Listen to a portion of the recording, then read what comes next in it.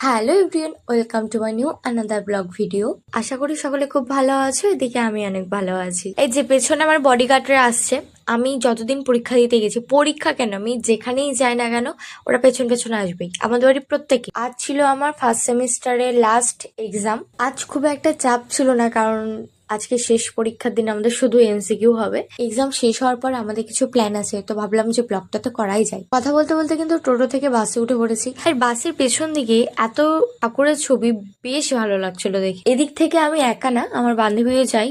এই যে মহারানী আসছে হেলতে তুলতে। এই হাসতে হাসতে আসছে কেন, মনে মধ্যে কি লাড্ডু ফুটেছে নাকি? আর হ্যাঁ, কারা কারা ফার্স্ট সেমিস্টারে এক্সাম দিয়েছো অবশ্যই কিন্তু কমেন্টে জানিও। আমি এতদিন ধরে ভিডিও করছি, আমি না ভিডিও বানাতেই ভুলে যাই। তারপর মনে পড়ে, ওহো আমি তো ব্লগ করছি, আমাকে তো ভিডিও বানাতে হবে। এমন হয় আমার সাথে। যাই হোক, আমরা কলেজে পৌঁছে গেছি। এটা হচ্ছে Balughat girls college.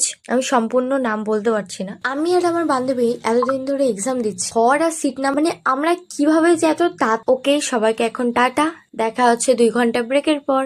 Bye bye. আমি একটা জিনিস নোটিস করলাম, বালুঘাটের প্রত্যেকটা শিব ঠাকুর কিন্তু ভীষণ সুন্দর দেখতে। একটা জায়গায় তাকে ভালো লাগে, কিন্তু ওখানে একটু বেশি ভালো লাগছিল দেখে। আমি একটু আগে বললাম, দেখেছো, হাতে নাতে প্রমাণ। আমি কলেজ থেকে বেরিয়ে রেস্টুরেন্টে চলে আসলাম, আমি কোনো ভিডিওই করলাম না, ভুলে গেছি। ছোট মোটো ব্লগার হলে যা হয়। আমরা এসেছিলাম রোবট রেস্টুরেন্টে, কিন্তু রোবটই তো আমাদেরকে খেতে দিল না। যাই হোক, রেস্টুরেন্টটা দেখতে ভালো ছিল। আমরা তো ভেবেছি যে রোবট আমাদেরকে খেতে দিবে, তার জন্য আমরা গেলাম, কিন্তু দেখলাম না, রোবট তো আমাদেরকে খেতে দিচ্ছে না, মানুষ দিচ্ছে।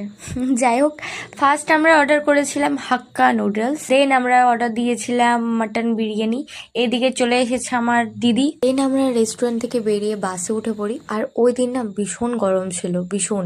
মাথা একদম টয়া করে বেঁধে নিয়েছি, চুল টুল। আইসক্রিম খেতে কিন্তু ভীষণ ভালো লাগে আমার। অনেকে এই কথাটা আমাকে জিজ্ঞেস করে, বা অনেক কেউ ভাবে যে আমি কতদিন ধরে ভিডিও বা ব্লগ বানাচ্ছি। আমি সেটা ক্লিয়ার করি, আমার ভিডিও বানানো 1 বছরও হয়নি, হয়তো 1-2 মাস বাকি। আর ব্লগ বানানো তো রিসেন্ট আমি ব্লগ বানাচ্ছি।